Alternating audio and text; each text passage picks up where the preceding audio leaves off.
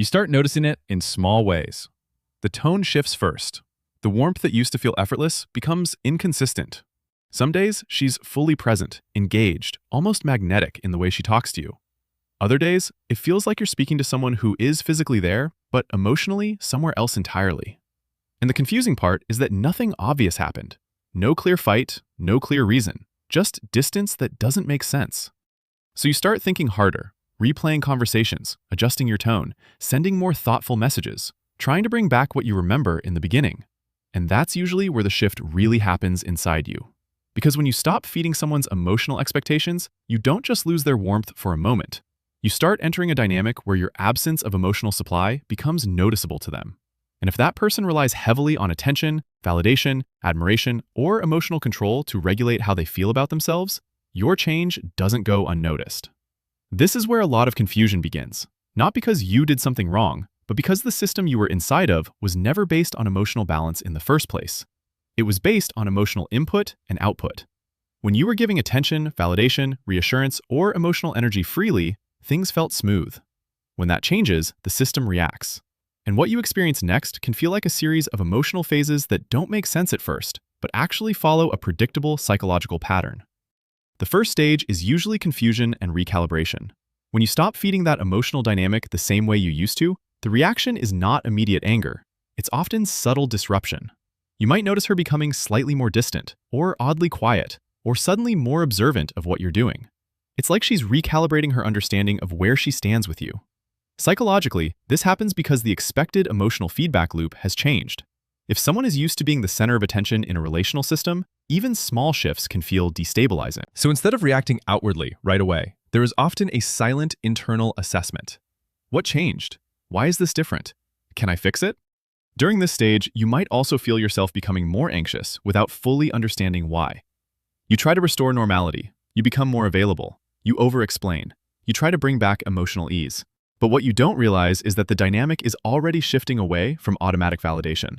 And that shift creates tension on both sides. The second stage is often protest behavior.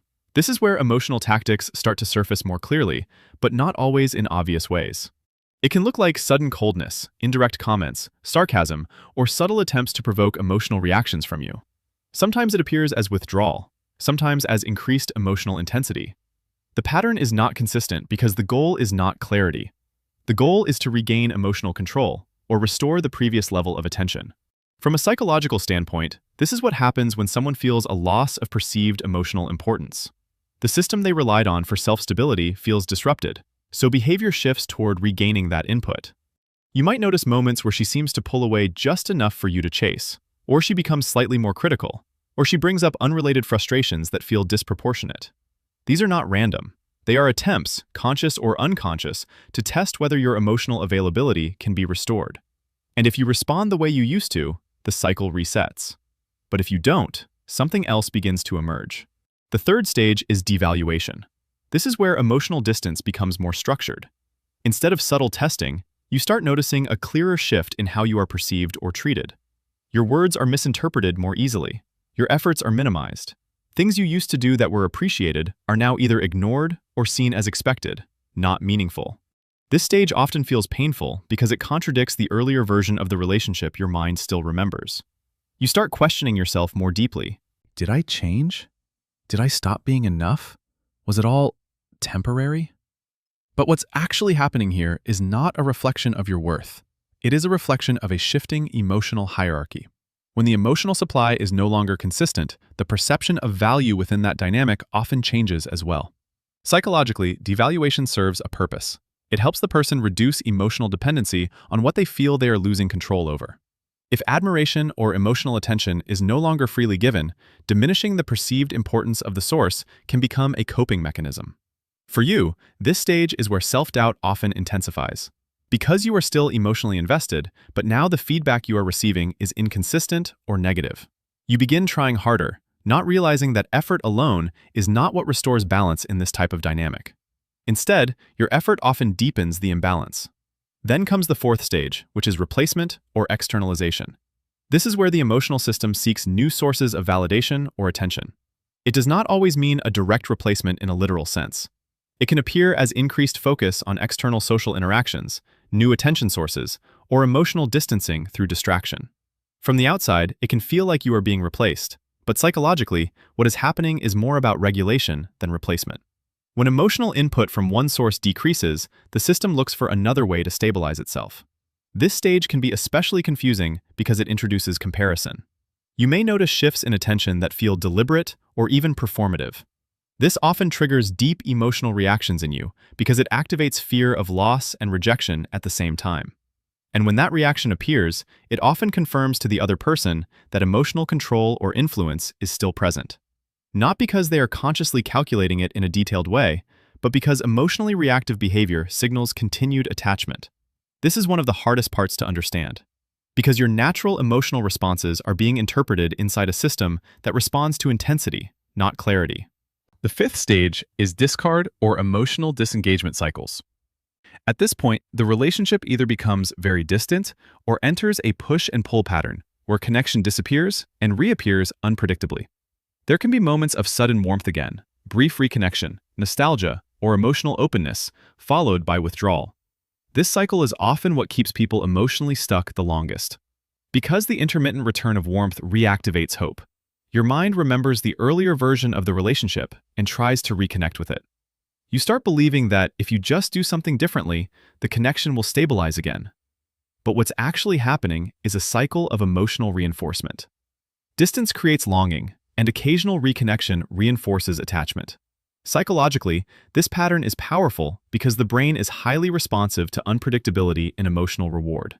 Consistency allows detachment. Inconsistency creates fixation. And during this stage, you might notice that you are more emotionally preoccupied than ever, even though the relationship is less stable than before. What's important to understand here is that all of these stages are not about you becoming less valuable or less worthy. They are about a dynamic responding to a change in emotional input. When you step back and stop feeding someone's ego-driven emotional needs, you are not doing something wrong. You are simply removing a pattern that was maintaining a certain balance.